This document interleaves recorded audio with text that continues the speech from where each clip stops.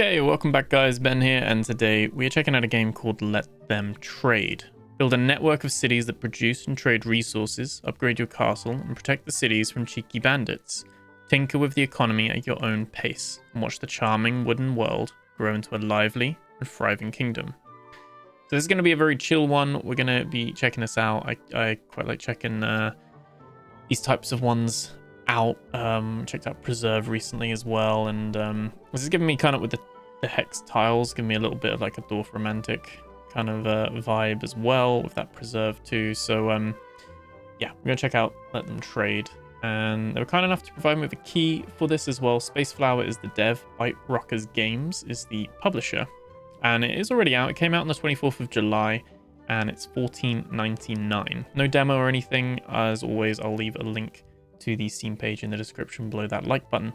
But with that all said, let's check it out. Let's see what it's like. Let's see, it's giving those cozy kind of vibes. So yeah, we're going to take a break from the horror games and the shooting and chill out with Let Them Trade. So let's sit back, relax, like, comment, subscribe, and yeah, let's check it out. I think first thing here is that it's like almost like a board game, isn't it? You've got like the chair, little cat in the background, like you're sitting in someone's conservatory. It's quite cool. But yeah, we're gonna click on campaign, and looks like we've got a tutorial bit that we can go through, then you've got branching out. So let's check out the basics. So monarch and sovereign, cool little art drawn style there. Squeak squeak squeak from Mr. Nuts there. Well said, Mr. Nuts. So we've got a plan to grow the economy. We can't oversee everything personally, so we're going to be the one to do it. So yeah, we've got our top right kind of things here, and we can move the mouse as well. I do like it when a tutorial has a thing where like you've got to press the key for it to like register, and we can zoom in and out. Very, very simple kind of stuff there. So we want to build a new city for potatoes. So cities are founded by first placing a city center, and presumably we choose the resource that it creates. So we're gonna choose a basic city center. We're gonna spend 1,000. We've got 7,000. We had 7,000. Now we've got 6,000. And we're gonna watch this get built.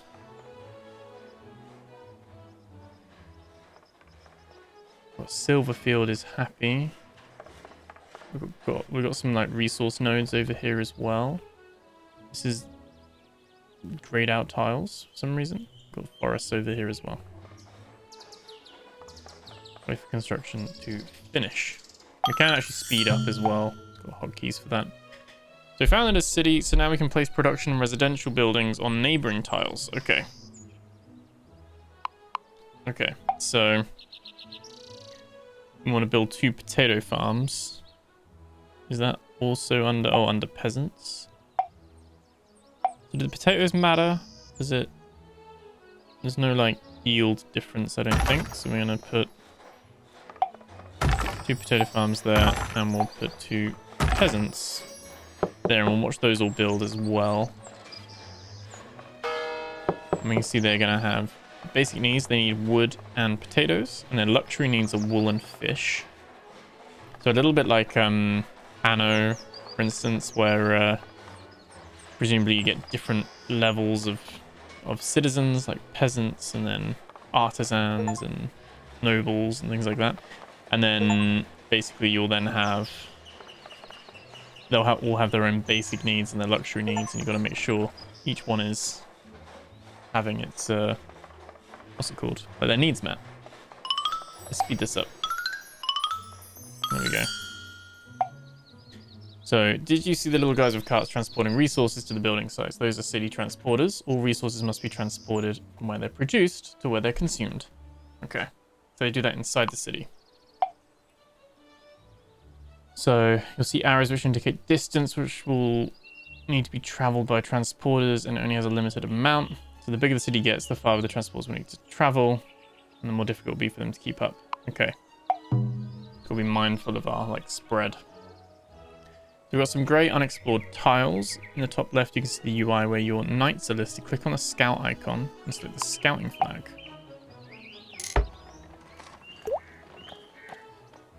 So we've got Sir Thoric.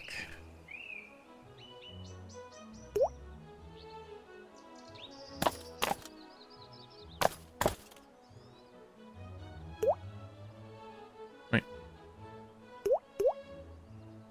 What are we doing? Order knight back into the keep. Oh, top left. And then the map. Okay, there we go. I like that though. I like that it's got a little video to show you how it's done. If you get confused at all. Let's look at these guys. We can see they've already got some basic needs, so their happiness is growing. Is this... Oh, we're buying wood, so we're consuming it. Okay. We found a forest tile. Let's find a new city next to this forest tile. And that's where we can then make our wood, presumably. See where this is going now, can't we? So we're going to go basics, city center, and I think pop that there. So we need wood and peasant. So again, we're going to need, don't need 2 this time. We're just going to do 1 lumberjack and 1 peasant. And again, we'll speed this up. They do have different colors as well, so we're now like overseeing 2 different cities. And I guess, as the name implies, we're going to let them trade. Okay.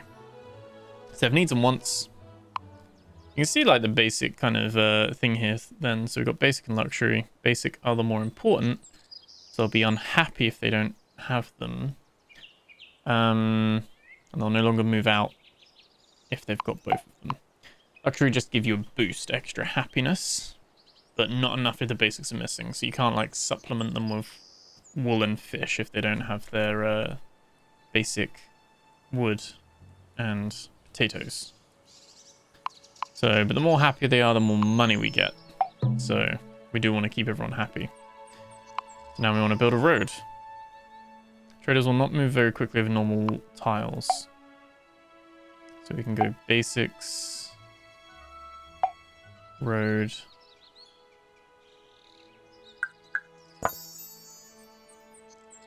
Oh, we can actually like hold it, I think. There we go. Like that. Okay. And now you can see they're sped up way more. They're bringing in the wood. They're bringing in potatoes. They're not coming back with this stuff though, you know what I mean? Like, these guys could just come back with potatoes. I feel like there could be more efficiency here, but that works. What does it mean connect all my cities? Do I need to actually drag the road? Oh, I need to actually drag the road in. There we go. Okay, there's me just sitting watching it. So each city has its own budget that it will spend on buying resources. It will also sell resources which it overproduces. Okay, so supply and demand. So each city has its own supply and demand. And every trade you get 25% on both cities. So we're basically just skimming off the top on every transaction there. So you build an economy where cities are specialized and must import many resources from one another, but beware of monopolies. They may drive up prices and make the economy inefficient. Okay. So don't have just one city, the supplier of all potatoes, basically. And you see market price of resource on the top left of the screen. So we can see that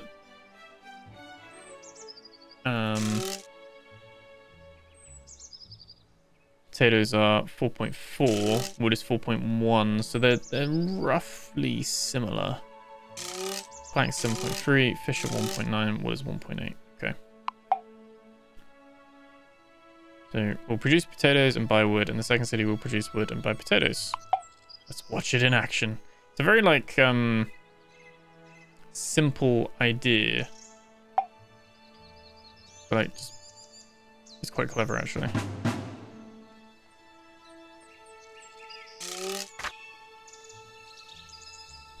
So are they just not doing anything now? Like, Why have they traded everything? I guess we've got to get more wood in the first place. Oh, you can see the price is actually changing quite a bit. So there we go. Now they are trading as and when, so yeah, production-wise is not as quick at the moment. So traders move between cities. City has a limited number of either of these. They can get overloaded. And we can upgrade them to increase the amount of traders and transporters when we want to. Okay. We need required coin and resources. So we can select Moonridge. And we do have enough stuff to do that.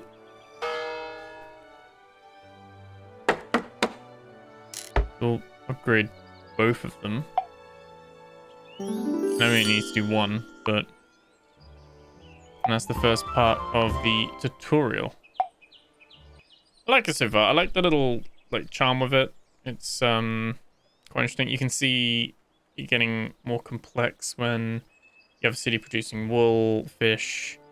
You got to make sure that all cities are getting a basis of potatoes and wood. Even the ones that are producing fish and wool, they're going to need that basic one as well. So it starts to like, you start to see it snowballing and having quite a few routes. And apparently there's like soft combat, like we can, like when we control the knight, you can control them to take out bandits who kind of raid it. So I've been siphoning off a few coins from the infrastructure budget here to pay for my birthday party preparations. Okay. Dilapidation of the kingdom's bridges. Okay. We need to build a bridge. And link it there. Okay. Okay. It's going to teach us to do the bridge so we can do that like that. There we go. Wood and potatoes are nice. We want to produce other resources. Planks are made from wood at the sawmill. Let's first research in this. There's a research tree as well. That's done in the castle. Okay. So click the sawmill. And it will then send traders to purchase the. So even those things, it'll go and get. It'll go and get what it needs. How do I?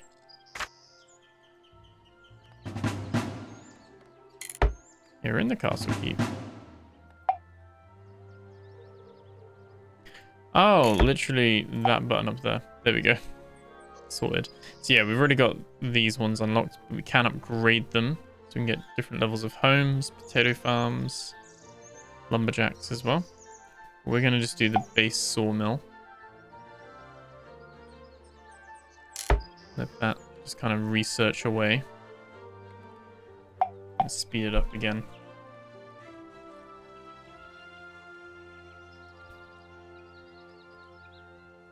As you can see, kind of got that kind of puzzle-esque nature to it, but very relaxing.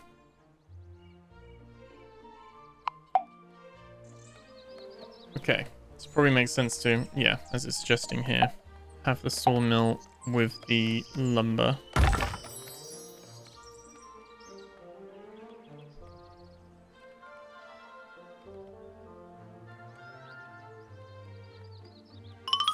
There we go. We can do upgrades as well. So we can do, it wants us to do lumberjack level 2. We can also do. You can zoom in quite close. It's quite like simplistic art style. Like cartoony kind of vibe to it. Very kind of simple items, I'd say, but demonstrates what's happening in the game quite clearly, which is good.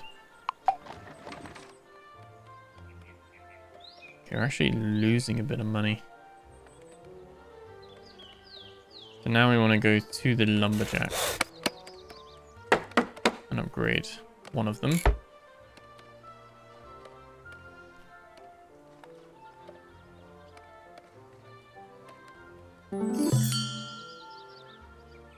Okay. Also unlock modifications. We can turn these off apparently. And unique to every building. So let's test out the forester modification for the lumberjack. Let's see what that does. So +1 peasant slot, 50% output. Okay, no downside. Lumberjack guild does 50% output for every other building of the same type. Okay. Let's do forester. We can buy resources at the castle. If set to order by your castle, will send out traders to automatically purchase resources. Okay. Okay, so we can use... It's fast and convenient, but the price will not be as good to do like a direct instant trade.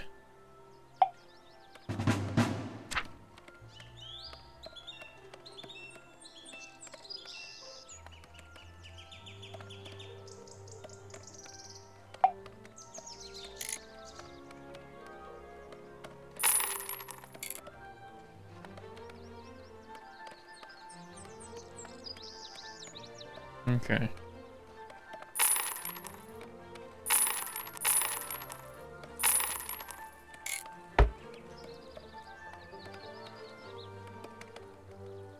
Oh, I'm buying planks, not wood. Whoops.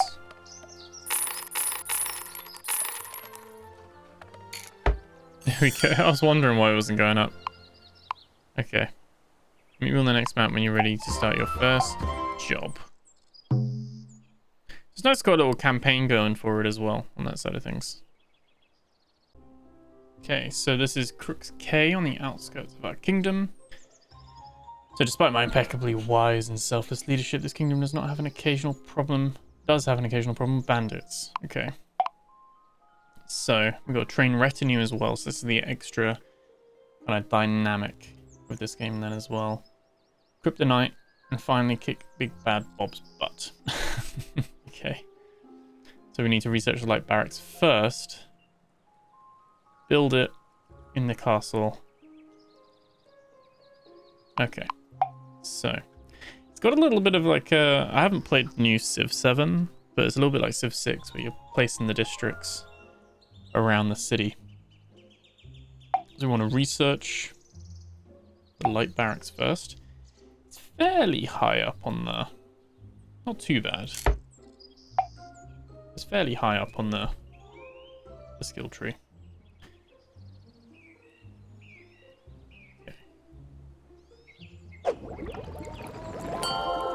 There we go. The barracks is unlocked. And then we actually need to build the light barracks. Pop it there, why not?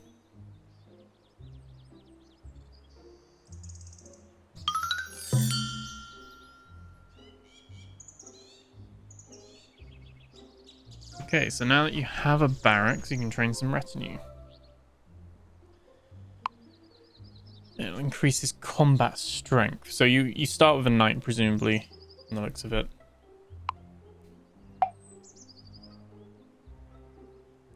The newbies may not be the strongest, but they'll pad out the numbers. Okay, and it looks like it's a little slider where we can say 35 of them.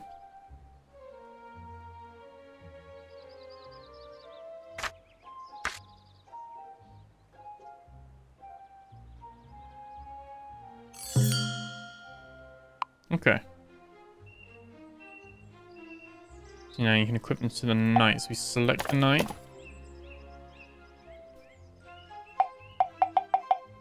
You can add them there. Here's Big Bad Bob. Okay.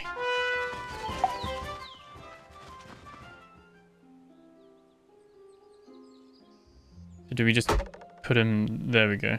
We're going to chase him back to his castle.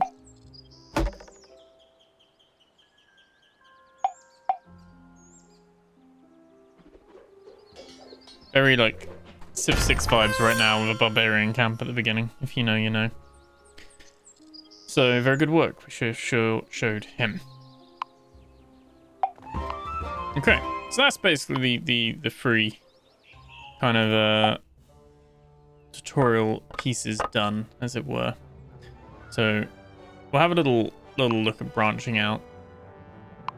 I don't know what the objectives are of this camp, because obviously there is a free play as well, where you can just do your own kind of thing.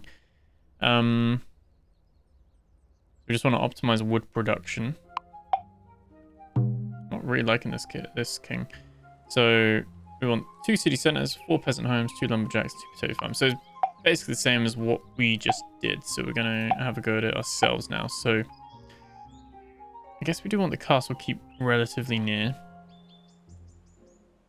So I'm thinking potatoes here.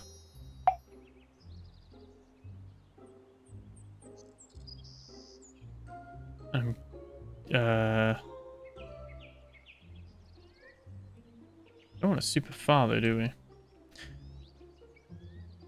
Probably just that there. Okay. So we can then build a few peasants, and we can put all our potato farms here as well. So we do potato farm and potato farm. I don't know if it's better to like have the farms closer in and then the peasants further out. I'm not too sure with that. It's on a medium one. And then we definitely, I mean, with this one, it's nice and easy because, you know, we want the lumber.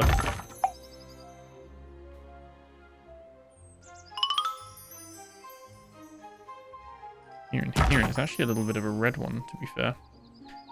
But it'll do for now. It'll do. I guess it'll tell us to build a road in a sec. Once the lumberjacks are built, it'll take us to our next objective. I like how we get like a different kind of leader as well. That's like in place of the towns. There we go. Lumberjacks are built. We've scouted the entire map as well. We've got more land to develop, now it's time to really get serious, apparently. So we need 16 peasants and 2 more cities. We need more people to... Okay. Not enough money to build the 2... There's fish here. Do we have fish right now? We don't actually have fish unlocked. Is fish a research? It is. Fishery is a research item. We do already have the research there. So I think... I can unlock both of those.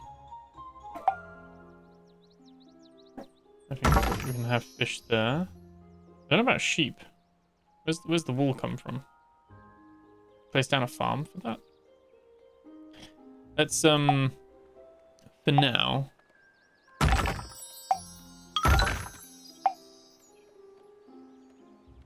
Let's play... Oh, was cities at a max building count? Oh, do we need to upgrade it? To give us 2 more city slots. I guess we'll do the same here as well. We'll build...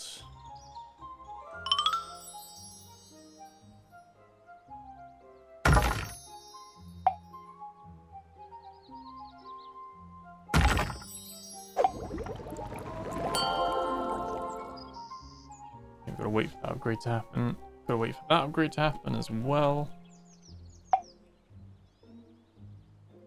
I guess we put up peasant ones there for this one. Fishery here. There we go. So let's do the road.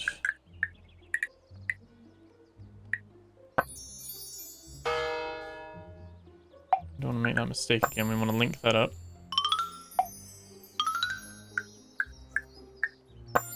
Link that up to the castle.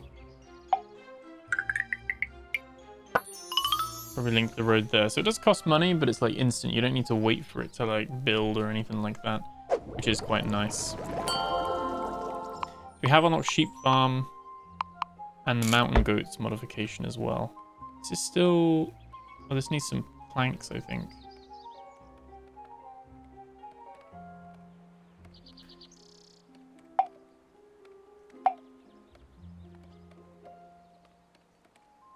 This one's actually struggling. Can we delete one if we've made a mistake? Can we deconstruct?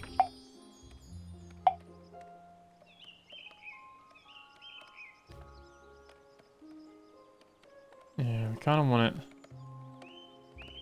Can't build adjacent to the castle, so I think yeah, that's the best place for it. We can go there for now. We see we are in the process of trading. They are picking up fish. They're getting potatoes. Definitely needing wood though. We need to get these planks sorted. Now what we can do, we can spend a little bit of gold. I can remember where to do that. There we go. We can kind of just say that we want to buy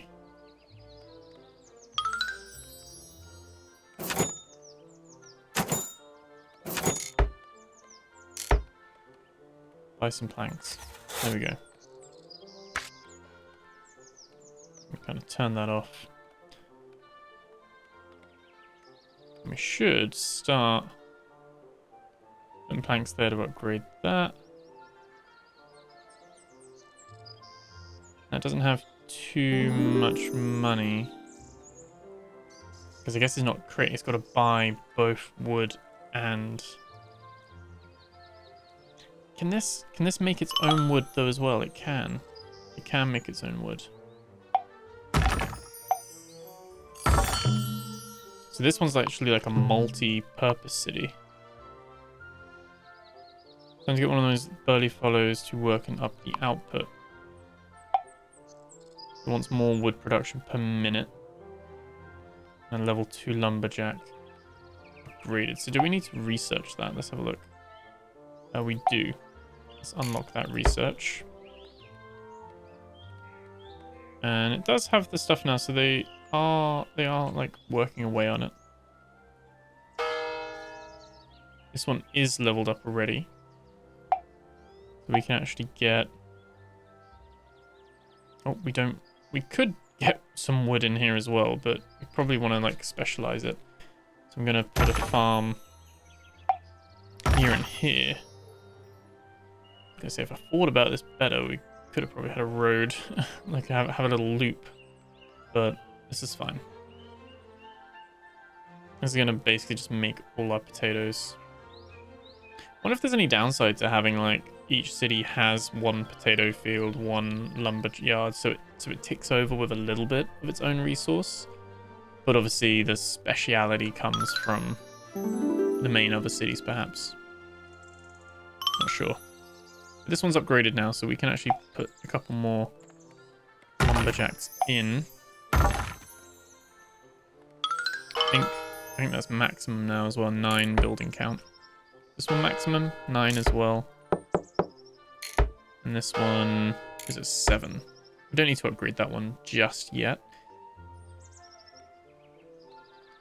So we are still doing the lumberjack level 2. It would be nice to see the progress. It kind of just says it's doing it. It doesn't actually like, unless I'm missing it somewhere, it doesn't say how far along it is. We do want to build a barracks. Just get ready for that. We probably are going to have that thrown at us. And seems like sheep farms are built on the these same tiles here. So that would be a good location for it. Is that a bit far though? think that is a bit far. Same. I think this is where it'll be. So we're gonna build a city center. We do have enough money for it.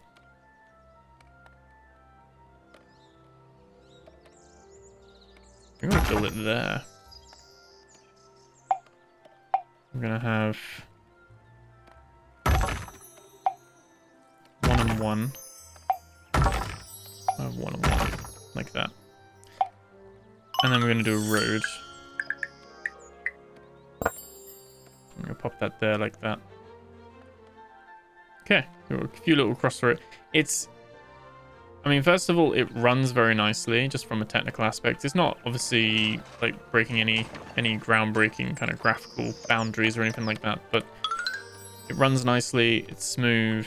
Everything works at the moment. It's got a nice kind of charm and UI. Definitely ticking that kind of cozy feel. And like I said, it's a little bit of combat, but it's not. It's all like it's got that slight tongue-in-cheek thing. It's not like a grueling, like RTS or kind of sim, kind of colony builder or anything like that. So you're not going to get any RimWorld curveballs here thrown at you. If anything, it's more about just trying to get a hang on future planning of stuff. We are really struggling with planks. We don't really have enough to... I mean, stone to upgrade. Now, what I want to know is, can I see... I can't. These are the resources I actually have. So we don't actually have any stone anyway. So if we were to go to our upgrade, which I'm guessing is just trying to afford to do that. I can't do that yet, maybe. We've got wheat. Okay, so stone tool maker.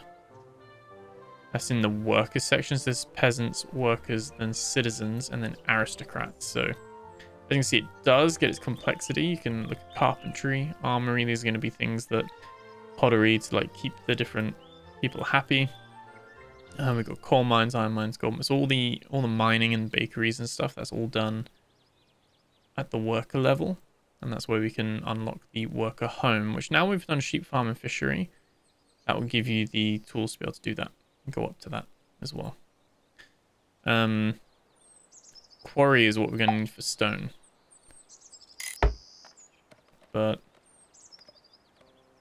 still researching lumberjack. Oh, it does say, if you hover over it, it says progress 90%. So it is doing it. But obviously the castle is collecting the potatoes and the planks, and we're low on planks. That's our problem at the moment. But we have a little bit of a multi-discipline here. We have a lumberjack and a sawmill. And they just need wood. That's fine. 25 wood. That can be done. Seems okay. So if we click on wood, we can see they're all dishing out wood to each other. You can see this generating 27, that's taking 3, taking 6, generating 9. So I like that you can see the overview of who's doing what. This is the monopoly of 39 potatoes, and it's dishing them out. We've got planks now being 5 being built in both Wormstead and Foxvale. And it's really only the Castle Keep that's like drawing, like buying them. We got 16 fish being distributed between the 3 cities, which is all good. And then we don't really have enough wool at the moment. It's only generating +3. And so I'm not sure if that is as a result of... Does it just take longer? Oh, we've only got 1 sheep farm because it's missing planks. So we've only got 1. Eventually we'll have 6 once they're all built. The sheep farms take planks. So I think that's the thing I need to be more mindful of, is some buildings take planks, some just take the normal wood. I think it's understaffed technically as well. Like I said, we need to like level that up. We need stone to level it up. We'll probably end up building another city once we've done that. But we can now upgrade a lumberjack. So I think we'll do Lumberjack Guild.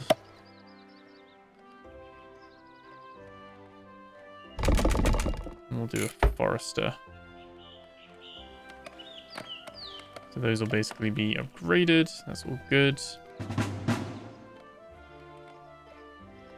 Obviously we got the retinue bit there as well. We do have our knight.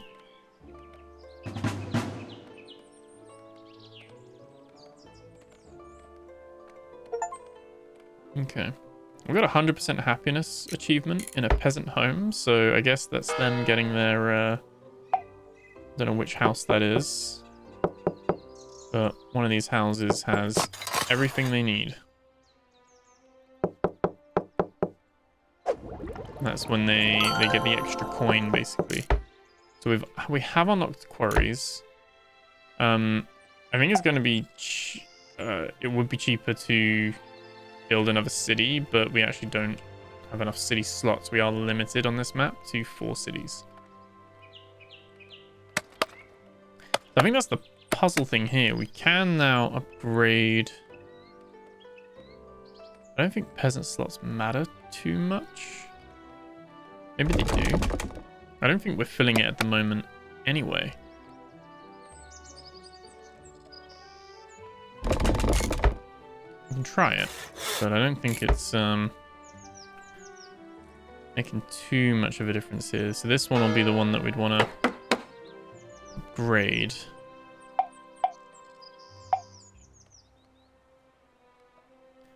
Where does stone go? So stone goes in these specific nodes. We've got 2 here as well. It needs to be adjacent though. Got more stone there as well. Had I known that, I could have put Wormstead a little bit over here. We still would. I mean, arguably, yeah, you can't have too many. You don't want a jack of all trades because you won't have enough residents, you won't have enough peasants to then create a decent output to actually spread it across your land.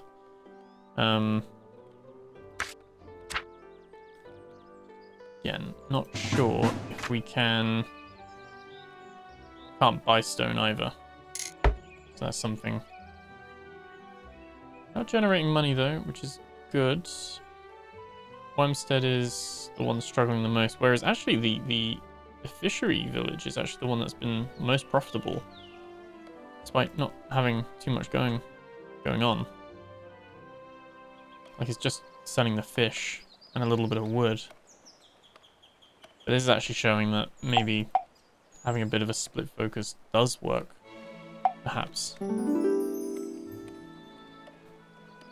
So it can now support 2 extra buildings, which I think one needs to be a house.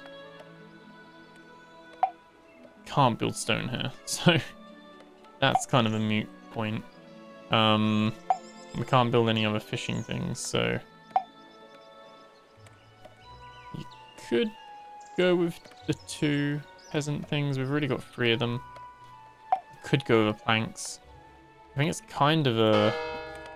I don't really want to destroy a city. That would be expensive. But I think to get the objective, I think we need to do that. And that.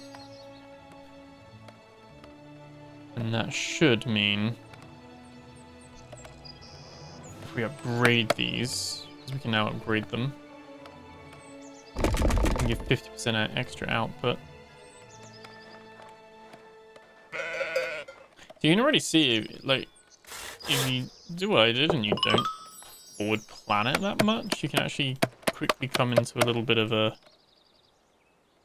situation. There we go. We got the 70 wood. Got a knack for deforestation. There we go. But yeah, you can kind of see, I don't know how many levels there are. It doesn't look like it's going to be the longest of campaigns. Obviously the next one's all about fish. We probably didn't even need to worry about fish and wool. in that section because it's still kind of leading you by the hand. It's kind of like tutorial, but hands-off tutorial. There is a map editor where you can create your own kind of map, which is quite cool as well. And then there's also, again, I like how it's on the tabletop. It's got that kind of miniature kind of like vibe to it, like you're just playing a board game. You can also just select a map, get an overview of what the map looks like. And you can change the starting budget. You can actually turn bandits off entirely if you want to, and you can actually choose how strong bandits are. And you can choose your default kind of difficulty as well. There is workshop support from the looks of it, as well as your own edited maps too. So that is pretty cool. Like I said, $14.99. I was having a look at like average kind of on the Steam reviews. It is sitting very positive on Steam, both all reviews and recent. But I was trying to look. There's some people that have put like 30 hours into this. Some people that are like putting 12. Someone said they were done after like 8 to 9 hours. They've seen everything. So yeah. And some people have said that maybe there's a little bit too much complexity to be truly cozy, but then too simple for an economy builder. So it's kind of sitting in the middle. I can see that to some degree, where you can't switch off with this and have a true just cozy idle kind of experience on that side of things. But it's definitely I think it's definitely got those cozy vibes on that side of things. So yeah. Anyway, let me know what you guys think. Quite nice actually. I like the presentation of it, that it's kind of like the little board game overview kind of thing. I think it lends quite nicely to the art style. But let's let them trade. So yeah, let me know what you guys think. Remember to like, comment, subscribe. Thank you so much for watching, and I'll catch you guys in the next video. Take care.